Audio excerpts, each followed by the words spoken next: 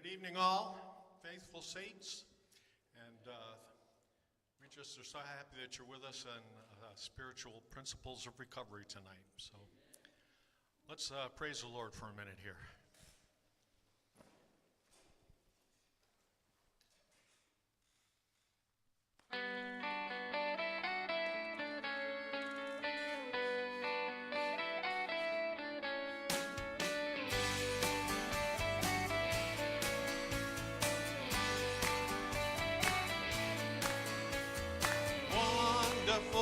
So wonderful is your unfailing love.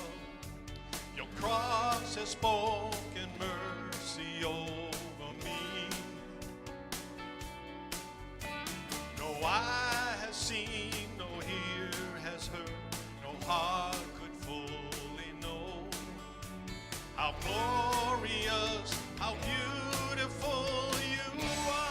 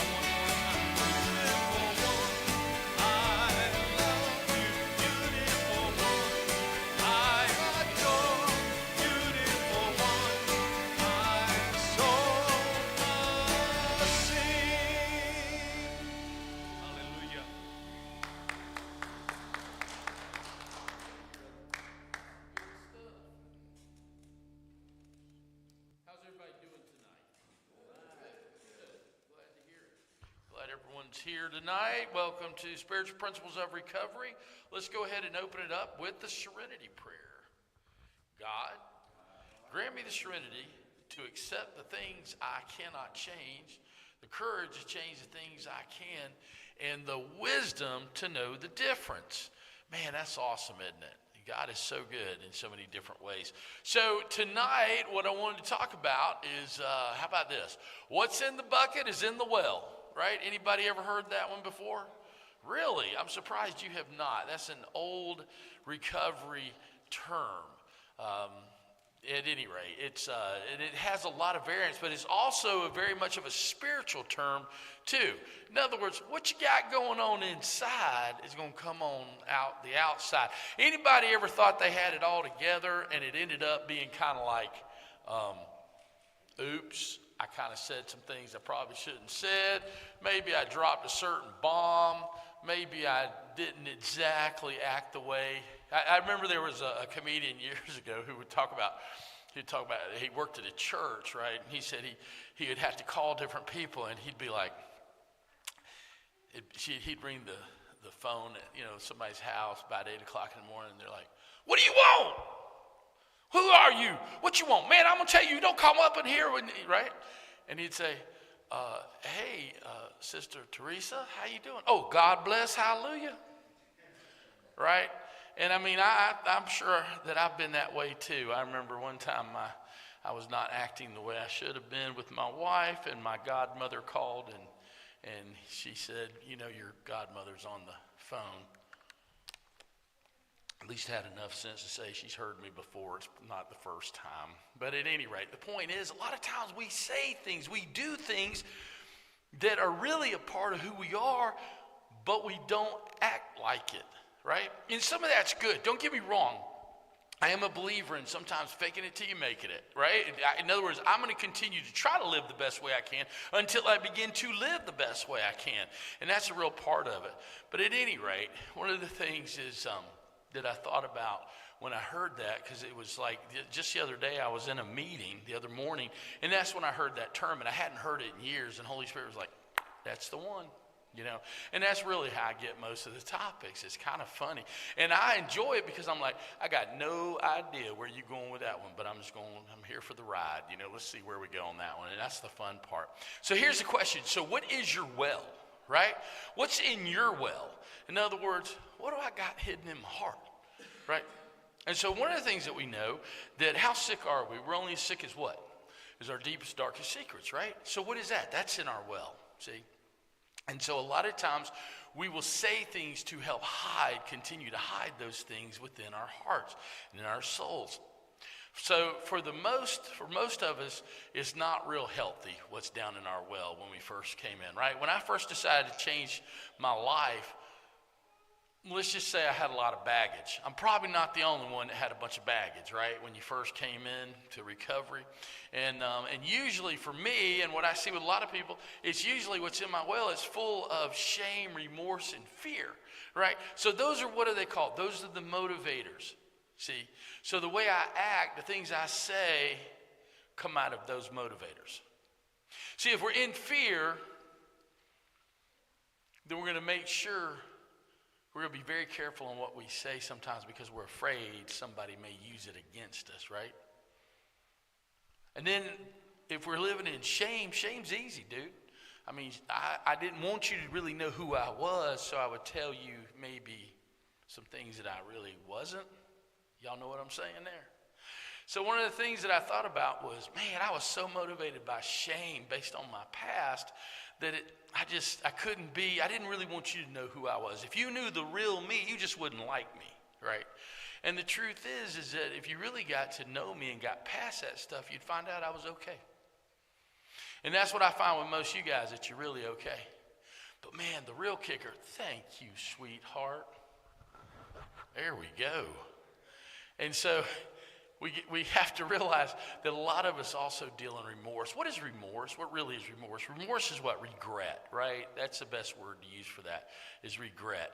And so the more that we see the regret, the more we have the remorse of like what we had done, it's not just shame-based, it's deeper than that. It's like we literally hurt over it. You ever hurt over your past? I mean, literally, you sat there and you thought about it. It was so embarrassing that it's just like, oh my God, I cannot believe I did that, right? See, that's what it's talking about with that kind of remorse. And that's the thing that I have to be careful of, is not to allow myself to get back in those shameful situations. And so how do we do that? Well, one of the things I realize is that God doesn't hold any of that against me. He really doesn't, right? So why do I hold it against myself? That's a question we have to ask ourselves. What makes me want to hold on to the garbage of the past, right? And for me, it was a lot of paranoia, right? What do they say about paranoia? It's really, you shouldn't be paranoid. unless it's true, right? But the problem is when we're paranoid, everything's true, correct? So I was always paranoid about what people were saying about me, what people were thinking about me. And I even remember one time I just knew these people were getting ready to fire me or something. And so I saw a meeting, literally, I saw a meeting. I stopped and put my truck behind some trees and creeped up, and I'm trying to look in the window because I know they're talking about me, right? Yeah, they were talking about anything but me. But anyway, you know, and there I am, I'm like leaning up on the door. Anybody ever done that kind of stuff? Come on now. I'm not the only one. Gosh, I'm feeling paranoid. I may be. No, I'm joking. I know we've all done that at some point in time. So you see that whatever we think about, right, or we obsess over becomes our reality. See, that's the crazy part, right? It's whatever I keep up here and I keep meditating on every day, I literally make that happen. So if I'm living in fear every day, guess what? The things that I fear are literally going to come upon me, right? That's exactly what even the Bible says. It says that, what did Job say? See, everybody says, well, Job was an innocent man who never had any reason for God to do that to him. No, that ain't true, man. He lived in fear. He said, the things I fear the most have come upon me, man. Everything that I was so afraid of losing, that I would do things, I would go beyond what most people go. Right? In other words, and I'll give you an example. Okay, so he had to sacrifice once a year, right, to take care of all the sin. Dude sacrificed every week. Now you go, well, that's faithful. No, it's the opposite. It's fear. His fear was that what he was doing wasn't good enough, and God may not take care of his family and take care of what he owned and took care of those things. What did he lose? Everything he feared. So that's what I'm saying. So a lot of us, how much of us live in some type of fear? I'm going to lose my job. I'm going to, I was pretty young when this happened, but I remember I was so afraid I was going to lose my job that finally one day I jumped up and went in the office and told the dude where he could go and where they could put certain things and all kinds of stuff, and I lost the job. I'm so literally, not trying to sound metaphorical or whatever, but I literally manifested that to happen, right? We could no longer coexist. I had to move on, right? And so the point is that sometimes we can be in such fear that we literally make that fear happen in our lives. That's just insane, isn't it? So we say, well, how can this be? How can I do that? How can I make these things my own reality? Well, Proverbs 23:7 says, for as a man thinks, so as he thinks in his heart, so he becomes. Wow. Right? Well, no wonder I was so self-centered, because the only person I ever thought about was me. So that's what I'm saying. It doesn't always work for you, right? But here's an interesting word, and I thought about this, and it's like, you see the word, you hear the word heart, right? So whatever a man thinks in his heart, so is he. So it doesn't say mind. It doesn't say any of those things, heart. So here's the thing. What does that mean? It means that he's always thinking about it. It's always on his mind. It has become so much of who he is that it's on his heart all the time. So have you ever seen someone build a case against you or someone else? Y'all know what I mean by that? It's like they start finding problems, right? They start finding issues. And so what that ends up doing is they're building something bigger than it is. Why? Because usually it's based out of fear, and they're thinking about it all the time. I've seen that happen in churches. Man, have I seen that happen in churches, right? Where people start building a case against, well, you know, sister such and such didn't do this, and elder such and such didn't do that. And you ever seen the pastor he's got $200 shoes on. I saw that. He doesn't love God. I'm serious, right? I've seen craziest things in the world over that kind of thing. But the other one I've seen is I've seen it also in recovery meetings. I know somebody, and she's quite proud of the fact that she has not been in a recovery meeting in 11 years because they offended her. And she stayed sober. She's very proud of that. What my thing is like, you are super miserable, and you live in fear all the time.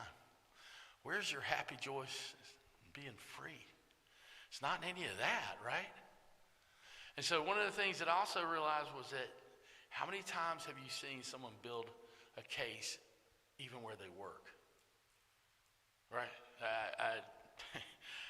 I have seen employees start with some issue they had because they're not happy, and then it goes, and within about a week, they're critical of every single thing going on. Let me tell you something.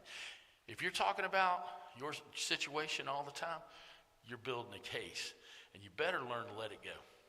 Because one of the things that you're going to figure out is that you're affecting yourself more than you're affecting others. And you're going to affect the next place you go to. Because the most interesting thing is, what do? We drag that garbage and that paranoia and that fear and all that stuff right on to the next place. If you don't get it, if you just miss it and you don't get it, it's okay. Because I promise you this, God will give you another lap around the mountain. Promise you that one. We're going to get it until we get it right? And he doesn't care. He's good with that. He loves us no matter what. But the thing is that the very things that I'm always talking about is a direct reflection of who I am. See, this thing right here tells more about you than anything else. I used to have a guy that I worked with, and he would always say, I hear what you're saying, and I hear what you're not saying. And what you're not saying is talking louder than what you're saying a lot of times. See, it's because it creates an attitude. And that's one of the things that I have to be very careful of. So when I first came into recovery, a lot of the times I kind of mixed the truth with lies. Come on now. Am I the only one that ever did that? There you go. And the problem with that was that it got jumbled up. And I mainly realized the reason I was lying was because the truth was I didn't know the truth. I honestly didn't know the difference. I had told the story so many times. I told the lie so many times. And I started believing it because I liked the lie better than I liked the reality of the truth. It's my reality, man. Right? No, dude. It may be your reality, but that's up here. But then there's reality. And so I started realizing if I don't do something, something's not going to work, and I'm not going to stay in this recovery much longer. Because you see, one of the things that when you mix lies with truth, it gets confusing. And life gets confusing. That's why we have to be real honest. Real honest. And that's why we had the fifth step, right? Because I knew it was going to be hard for me to do the fifth step. And what does the fifth step say? Step 5, here we go. 1, 2, 3. Admitted to God, ourselves, and who? And another human being, the exact natures of our wrongs. Dude, if you can't be honest with yourself about what the exact natures of your wrongs are, how are you going to get help with that? How are you going to learn to put it down? How are you going to go, why do we do the fifth step? Why do we take that inventory?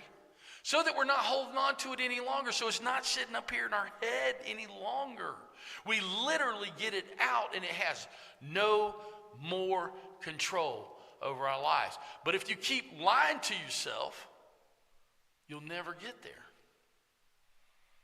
That's why it's important. That's why that fifth step, that inventory, just so that I know, right? But then again, I have to also remember, it's like they used to say about my grandmother, you know. She'd say, she never let the truth stand in the way of a good story, you know. And I understand that one too, because you see, a lot of times I kind of like embellished a few things because I may have felt like I didn't do as much as you did. Well, guess what? Be 18 years old and come into recovery. Guess what? I probably didn't do as much as a lot of you guys did, you know. I had somebody today that was a little surprised that I never smoked weed. Because you see, if I ever smoked weed, then that meant I was a drug addict, right? Now, I never passed by any type of speed that I didn't immediately put up my nose, but by God, at least I wasn't a pothead. Isn't that crazy? That's the kind of lies that we begin to tell ourselves. Well, as long as I don't cross that line, right? Well, as long as I don't snort dope, there that one goes. Well, as long as I don't shoot dope, there that one goes, right? Well, I don't have a DUI. Blue lights in the rear. You know what I'm saying? It's like, usually whatever we say and we put that out there, the enemy puts us an opportunity to cross that line almost every time. So Galatians 6, 3, and 4, I love what it says. If you think you are too important to help someone, you're only fooling yourself. You're not that important. Pay careful attention to your own work, for then you will get the satisfaction of a job well done. And you won't need to compare yourself to anyone else. So what I love about that verse is, number one, it tells me, the first one tells me that I have to do what? That I got to be honest in everything I do. And then the second verse tells me what? It tells me, guess what? I don't have to compare myself to you or anybody else. Just go do the next right thing and I'll be okay and you'll be okay. You go do the next right thing. You can take satisfaction and you did the best you could. Man, what a great place to be. I did the best I could. And then all of a sudden we start coming to the realization, and that's all I'm supposed to do. I'm not required to do anymore. And that's a good thing. And so then you want to change what's in the well, right? At some point you're going to want to change what's down in here, correct? Well, there's a couple of different ways. One of the things that I do is I read the Word every day, because it tells me that a renewing of the mind is through what? The hearing of the Word.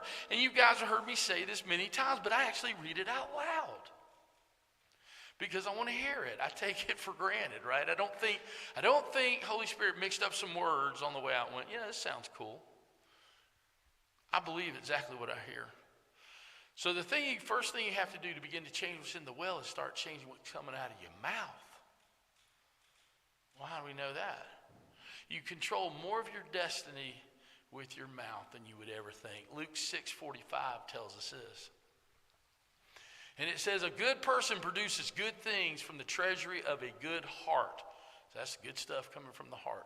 And an evil person produces evil things from the treasury of an evil heart. So what you say flows from what is in your heart.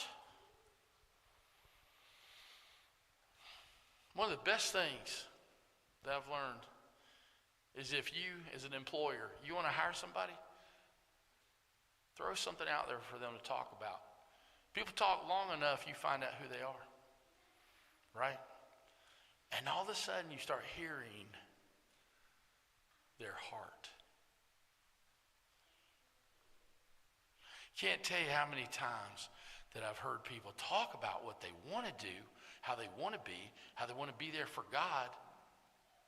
But then you start listening long enough. It's a lot of talking, but it's not a lot of action.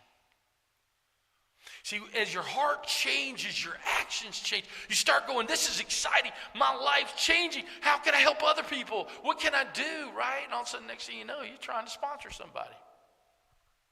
Check it out. Or maybe you're volunteering somewhere. Or you're doing something that nobody's even going to ever know what you did. And you don't care because your heart's changed. See, that's the difference. It's funny, as a chef, what you want to hear is, great job, chef. Man, that was awesome, right?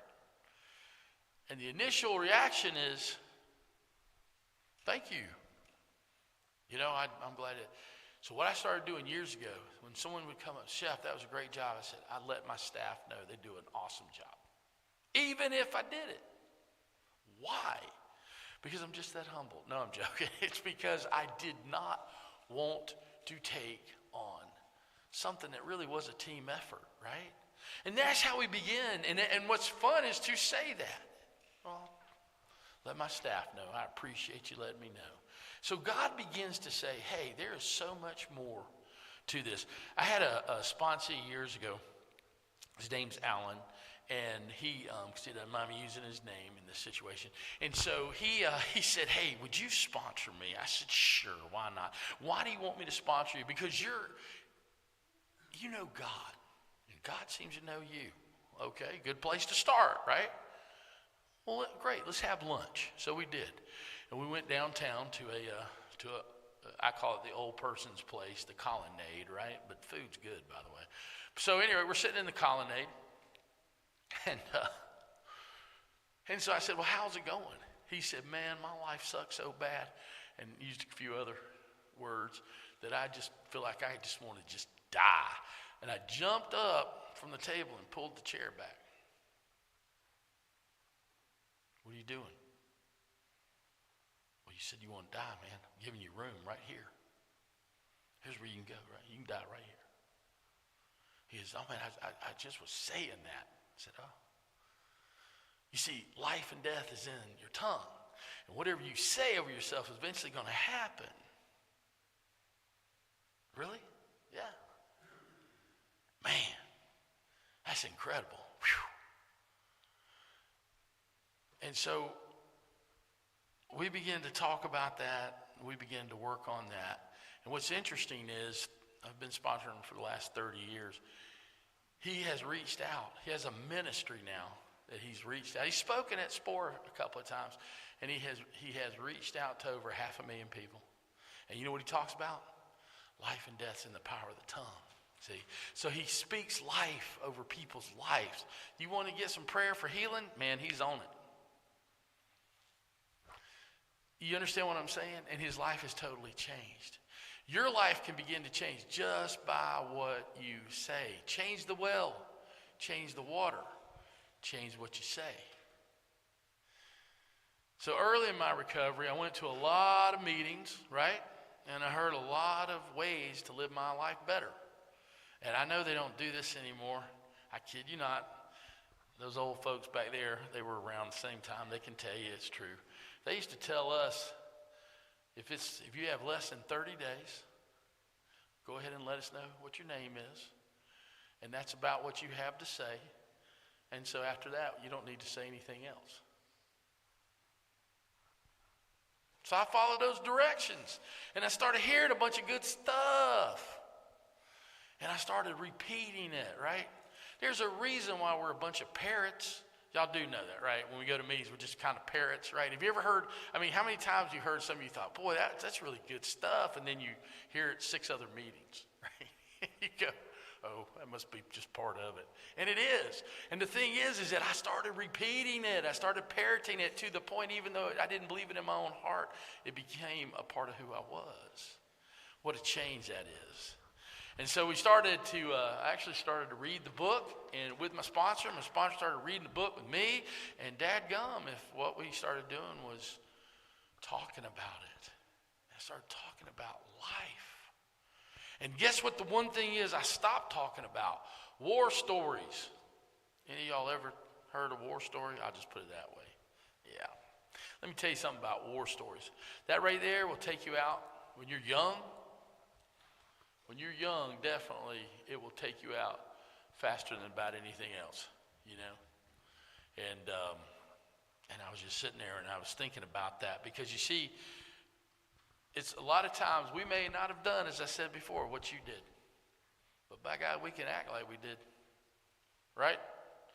And so those war stories, it's like all of a sudden I started thinking to myself, well, I never did that. And I listen to you talk about how good it is. What do you think I want to do? Well, man, if I ever go back out, I'm already talking it, right? If I ever go back out, I'm going to do that. If I ever act out in a certain manner that I also had an issue with, oh, man, I'm going to go do it this way. I'm going to go do something different. Never did it that way, right?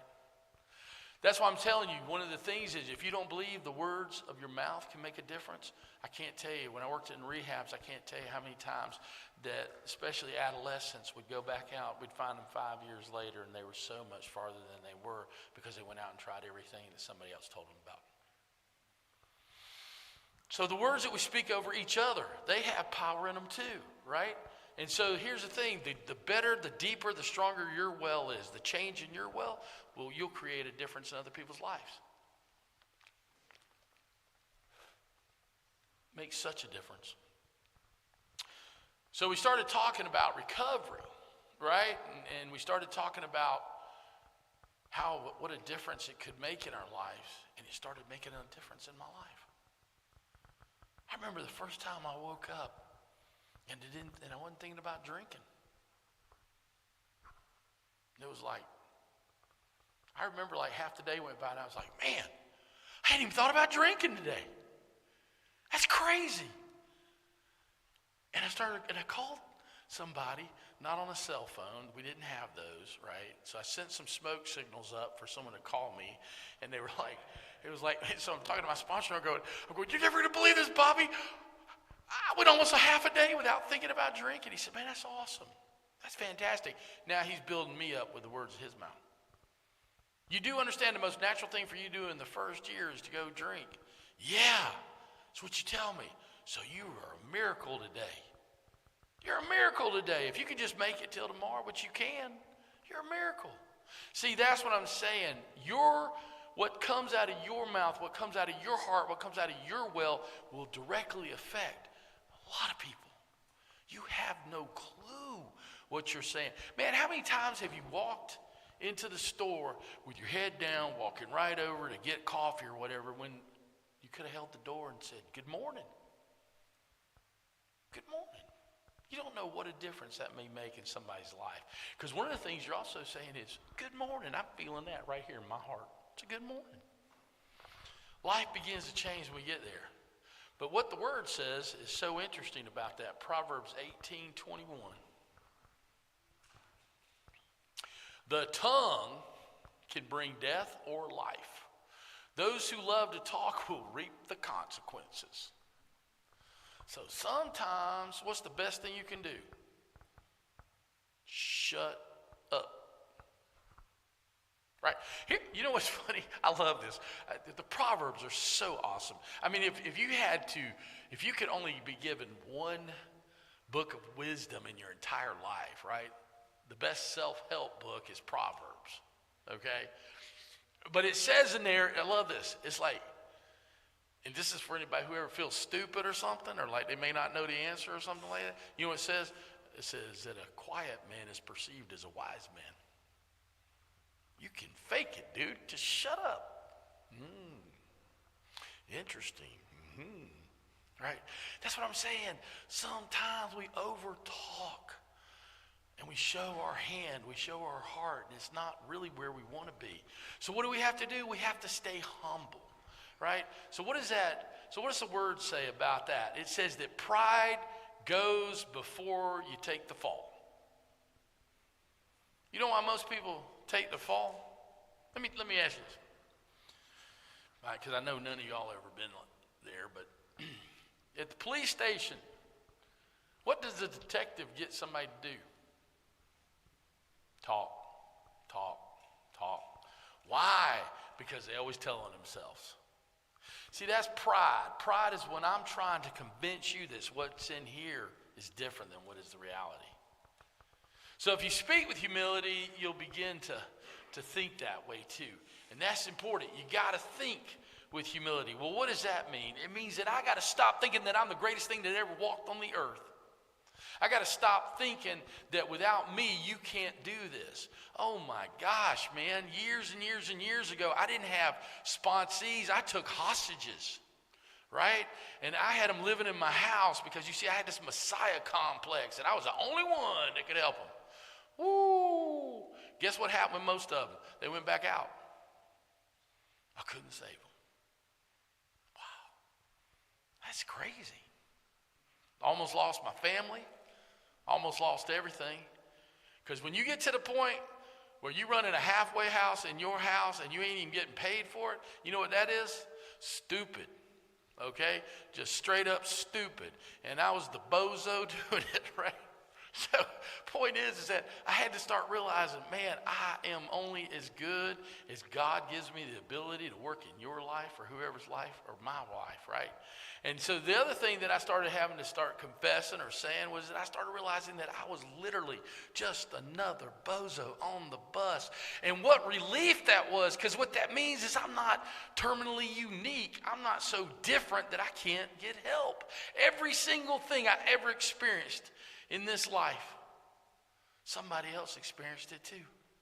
And when I realized I was just another dude going through it, it was like I had hope because somebody out there has the answer. And you know how comforting that is? I'm not carrying this on my own anymore.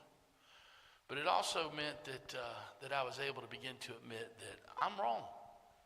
My fault. I did it. I screwed it up. And you know what I got out of that? I started realizing what a blessing it was when I realized if I'm not the problem, there's what? There's no solution to the situation, right? So as long as I'm the problem, I can change me. I just can't change you. So the more I change the well, the more I change what's in my heart, the easier it becomes to be able to say, I'm wrong. Messed up. Where are we going to go from here? Where's the solution? Let's move forward. Man, what a difference that is. Because I don't know about y'all, I literally went through a period of time where I literally could not say, I'm sorry. I could not say I was wrong, and I could not say I was sorry. It was your fault. It was everybody else's fault. That's a lonely place to be. Now it's okay, right? It was interesting. I was talking to my daughter the other night, and she was saying that she was having a hard time at work with a particular person. And she said, you know what? She said, I just decided that maybe it wasn't them, maybe it was me. And she took responsibility and said, I'll just look at it as I'm the one at fault. And she did see some things, and everything flipped and changed. And now she's getting along so much better with all them. But I just started to listen to people. One day I just started listening. Because what I started realizing is that my story wasn't that important. It was more important for others to be able to talk. And that became a blessing. You see, I actually adopted the old saying, what? We got 2 ears, 1 mouth. Maybe we need to learn a little more with that, right? So maybe I need to learn to listen twice as long as what I'm talking. So I learned the importance of stepping back. Sometimes the best thing you can do is just step back and just let things happen, right? Anybody ever kind of follow the 24-hour rule? I try not to get confrontational for at least 24 hours. And I can tell you this much, about 85, about 90% of the time, it isn't that important. This time last year, right now, this time last year, you remember that thing that if you didn't get it handled, you were going to lose everything? I don't, because it really ended up not being that important, right? That's how it is, see? So all of a sudden we start sitting on the front side going, you know what? If I can get through this, it's going to be okay, because it's really not going to be that important next year. Life just keeps moving on. But James 1:19 really kind of says it best. It says, understand this, my dear brothers and sisters. You must all be quick to what? Come on, everybody. Listen, slow to speak, and slow to get angry. You see, here's the thing. You do that in reverse, and you quick to get angry, you're going to say some stuff you wish you had never said. And then what you do is you go and you hit replay and start it all over again, right? Oh, no, dude, it's out there now. And all I had to do was pause. That's all I had to do was pause. So the thing, I had to make a decision. I made a decision to pause, think, and then speak. And I can't tell you what's interesting is how many times now, and I'll say it sometimes, I'll be like, never mind. No, really, what is it? No, really, never mind. It really would not do any good for me to state what I want to say right now. Right? I used to listen to my wife years ago, and she would say, like we first got married, that's years ago, and she'd be like, hey, all of a sudden I'd see her over, and she'd be sitting in the car, and she'd go, I give all thoughts to the obedience of the Lord. I'm like, what's the problem? Oh, I'm good. No, come on, really, what's the problem? Why? Why am I doing that? Fear. Must be about me. And then one time she told me what it was about, and it was about me. And the next time I heard her say, I give all obedience to the Lord, I went, yeah, that sounds good. I ain't interested no more, right? And so she taught me a valuable lesson. Lay it down. It's not important. Man, I'm going to tell you something, and we're about to close, but I'm going to tell you this. There was a time in my life where I started realizing that relationship was more important than being right. Being right is not all it's cracked up to be, right? being in agreement or being in not, let's just put it this way, not having to prove something. Doesn't matter. Because you want to know why? Because the thing that makes the most difference is how God sees you. God knows whether I was right or not. Man, listen, I'm very fortunate. My mother wrote my 9th step to her. That's part of having a therapist as a mother. But at any rate, and so I went down her list. Sure, why not, right? And I got to about the first 3 things, and I thought, wow, I don't know who that is, but it's cool. I'm like, so I apologize for, I'd have to read it, right? And because maybe half of the stuff I really did.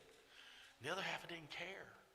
Now, there used to have been a time I'd say, wait a minute, I didn't do this.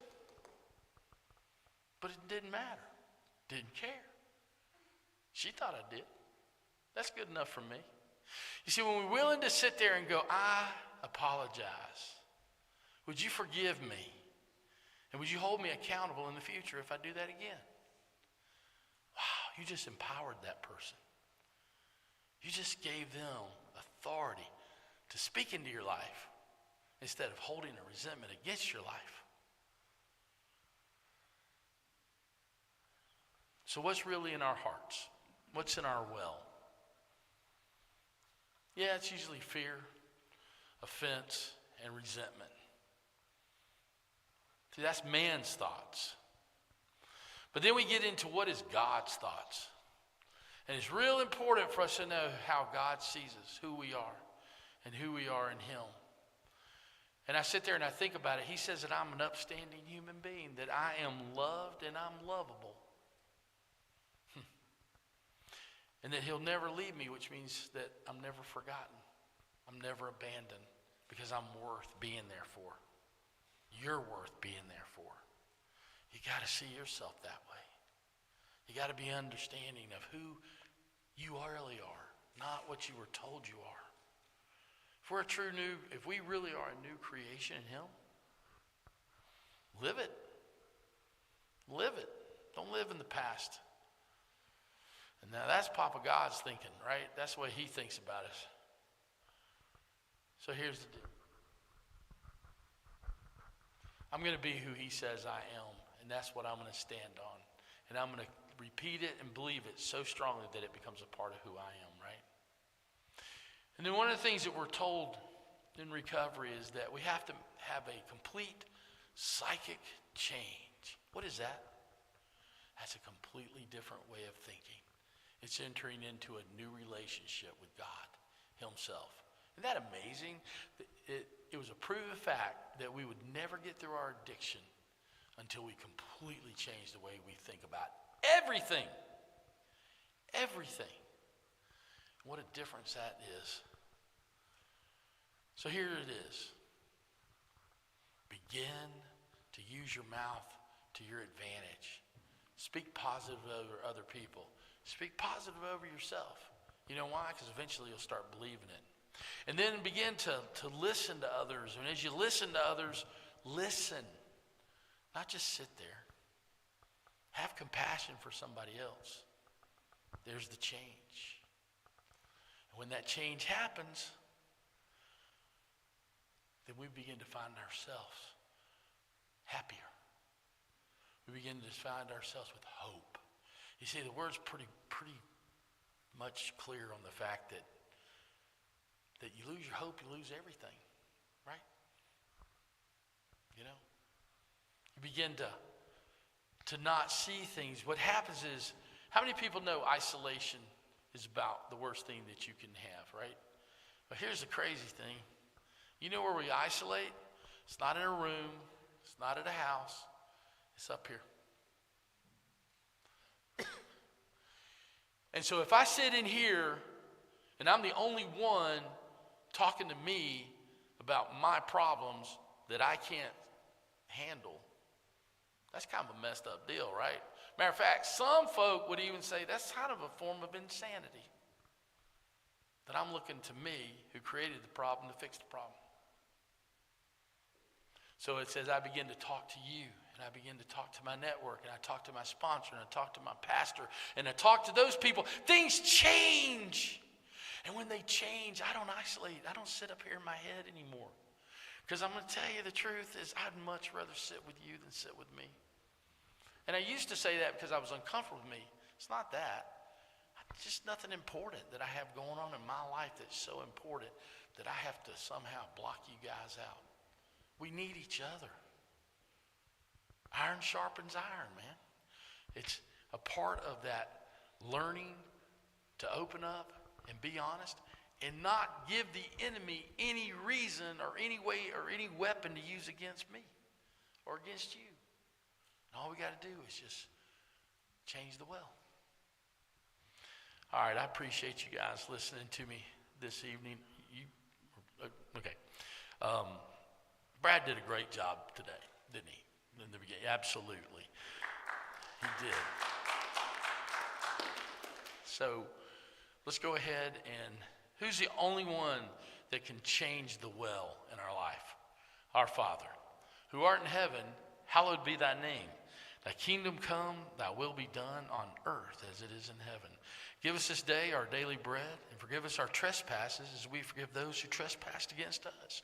Lead us away from temptation, deliver us from evil. For thine is the kingdom, the power, and the glory forever and ever. Amen.